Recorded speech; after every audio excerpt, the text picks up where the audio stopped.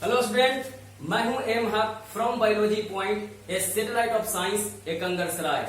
और आज आपके लिए हम बायोलॉजी में chapter number 7 unit number 7 evolution जैव विकास क्रमिक विकास का टॉपिक लेमार्किज्म और origin and evolution of man लेकर के आए हैं। तो आइए सबसे पहले हम लोग बात करते हैं लेमार्किज्म पर। ठीक है, तो लेमार्किज्म में यहाँ पे लिखा हुआ है सबसे पहले लेमार्क का जो फुल नेम है वो लिखा हुआ है जीन बैप्टिस्टे डी लेमार्क। ठीक है, यहाँ लिखा हुआ है बॉर्न और डाई। ठीक है, उसके नीचे लिखा हुआ philosophic zoologic.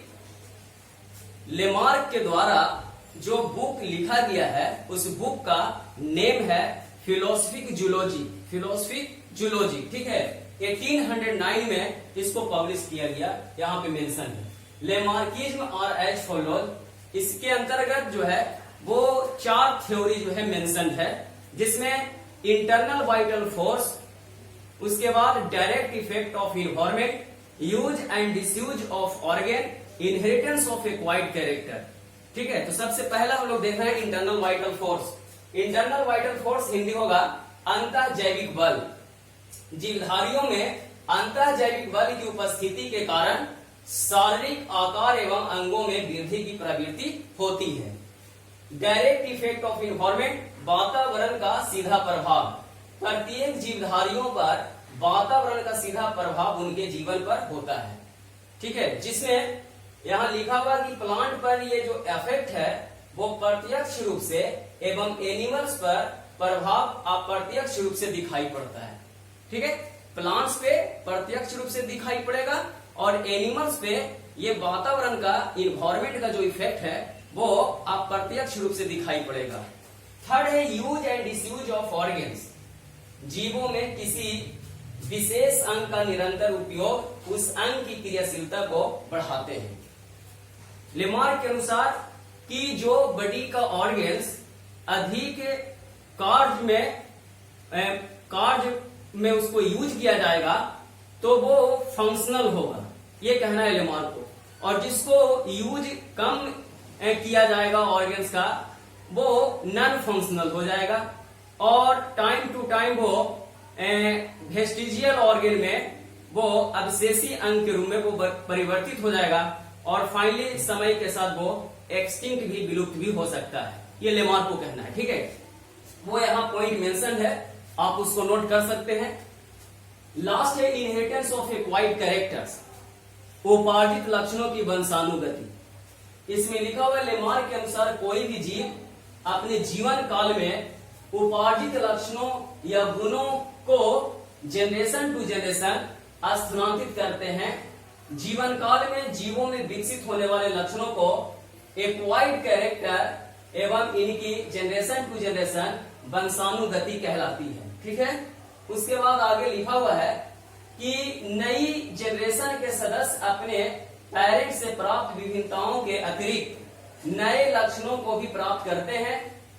Generation to generation नए लक्षणों का एकत्रीकरण से जीवों की नई जातियों का निर्माण होता है। उसके बाद लेमार्क अपने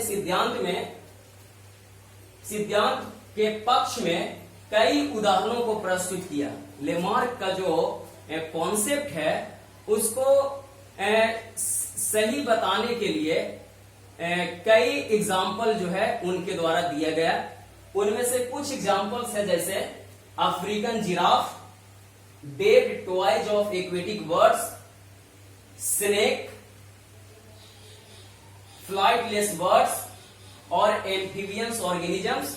ये सब यहाँ पे एग्जाम्पल है जो लेमार्किज्म जो है अपने कॉन्सेप्ट को उसके आधार पे एक्सप्लेन किया है। ठीक है, जिसको हम एक्सप्लेन यहाँ कर सकते हैं। उसके बाद origin and evolution of man, उत्पत्ति एवं मानव का क्रमिक विकास। तो मानव का क्रमिक विकास या ह्यूमन इवोल्यूशन में हम लोग लिखते हैं कि लगभग 15 मिलियन ईयर्स अगो ड्रायोपिथिकस एवं रामापिथिकस नामक प्राइमेट रहते थे। इनके शरीर पर हेयर थे तथा ये गोरिल्ला एवं चिंपैंजी की तरह चलते थे। तो ध्यान रखना आपको ड्रायोपिथिकस और रामापिथिकस। ड्रायोपिथिकस प्रायः एक जैसा था, जबकि रामापिथिकस जो है वो ह्यूमन जैसा, मनुष्य जैसा था। यह आपको पॉइंट को ध्यान में रखना है। उसके बाद एथियोपिया तथा टैंजेनिया में मनुष्य जैसी बोन्स के कुछ फॉसिल्स प्राप्त हुए। ये फॉसिल होमिनिड फीचर दर्शाते हैं, जो इस विश्वास को मजबूती देते हैं कि 3 to 4 million years ago eastern Africa में मैन लाइक प्राइमेट्स रहते थे। ये लोग 4 फीट से अधिक लंबे नहीं थे, लेकिन खड़े होकर सीधे चलते थे। ये यहां पे पॉइंट लिखा हुआ है। उसके बाद ऑस्ट्रेलोपिथिकस संभवतः 2 million years ago east African grassland में रहते थे। प्रमाण मिले हैं कि ये स्टोन वीपन्स, पत्थर के हथियार से शिकार करते थे, लेकिन फल खाते थे। तो स्टोन वीपन्स किसके द्वारा बनाया जाता था, ये ध्यान में रखना है आपको, वो है ऑस्ट्रेलोपिथिकस। ठीक है, ऑस्ट्रेलोपिथिकस। उसके बाद 4 है यहाँ पे होमो हैबिलिस। इसकी brain capacity 650 to 800 CC cubic centimetre थी। ये संभवतः मीट नहीं खाते थे। होमो हैबिलिस जो है मीट नहीं खाते थे। उसके बाद नेक्स्ट आता है 5 होमो इरेक्टस। सन 1891 में जावा में खोजा गया फॉसिल अगली स्टेज को दर्शाता है, और ये होमो इरेक्टस था। ये 1.5 मिलियन ईयर्स अगो पहले था। इसकी ब्रेन कैपेसिटी 900 सीसी थी। ये संभवतः मीट खाते थे। जब आपसे पूछा जाएगा कि किसके द्वारा मीट खाया जाता था, तो वो आंसर होगा आपका होमो इरेक्टस। ठीक है, याद रखेंगे होमो इरेक्टस। उसके बाद नेक्स्ट आता है निएंडरथल। ब्रेन साइज 1400 सीसी था। उसके बाद लिखा हुआ है 1 लाख to 40,000 वर्ष पहले ईस्ट तथा सेंट्रल एशिया में रहते थे। ये अपनी बॉडी को बचाने के लिए खाल का इस्तेमाल करते थे, यानी खाल को पहना करते थे। ठीक है, उसके बाद ये डेड बॉडी को जला या दफना देते थे, यानी जलाने या दफनाने का जो सिस्टम था वो आपका निएंडरथल में था। ये ध्यान में रखना आपको। ठीक है, उसके बाद होमोसेपियंस, ये अफ्रीका में विकसित हुआ। धीरे धीरे कॉन्टिनेंट्स को क्रॉस कर डिस्टिंक्ट रेसेस में विकसित हुआ। 75,000 to 10,000 वर्ष पूर्व आइस एज के समय मॉडर्न होमोसेपियंस पैदा हुआ।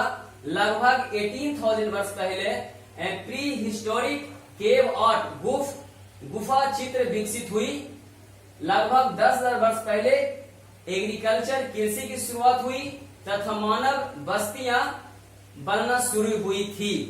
ये हमारा origin and evolution of man से रिलेटेड टॉपिक का एक्सप्लेनेशन है। ठीक है, उसके बाद फैक्ट्स में आपको ध्यान में रखना है कि किसके बाद कौन आया। तो Dryopithecus, Ramapithecus, Australopithecus, Homo habilis, होमो इरेक्टस, होमो sapiens, क्रो-मैग्नोन man, modern man.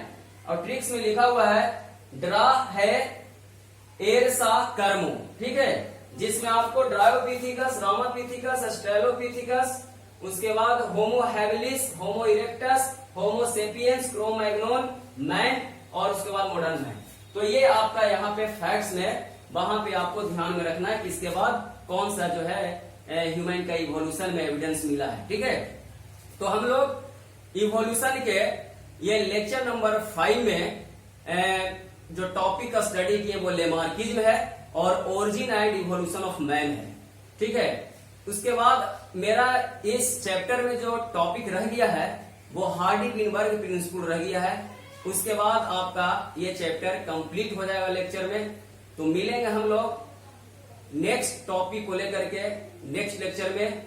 Board पर जो पॉइंट लिखा हुआ है उसको नोट कर लेंगे। इससे सब्जेक्टिव और ऑब्जेक्टिव दोनों क्वेश्चन सोल्व होगा। ठीक है, तब तक के लिए थैंक यू, धन्यवाद, ओके।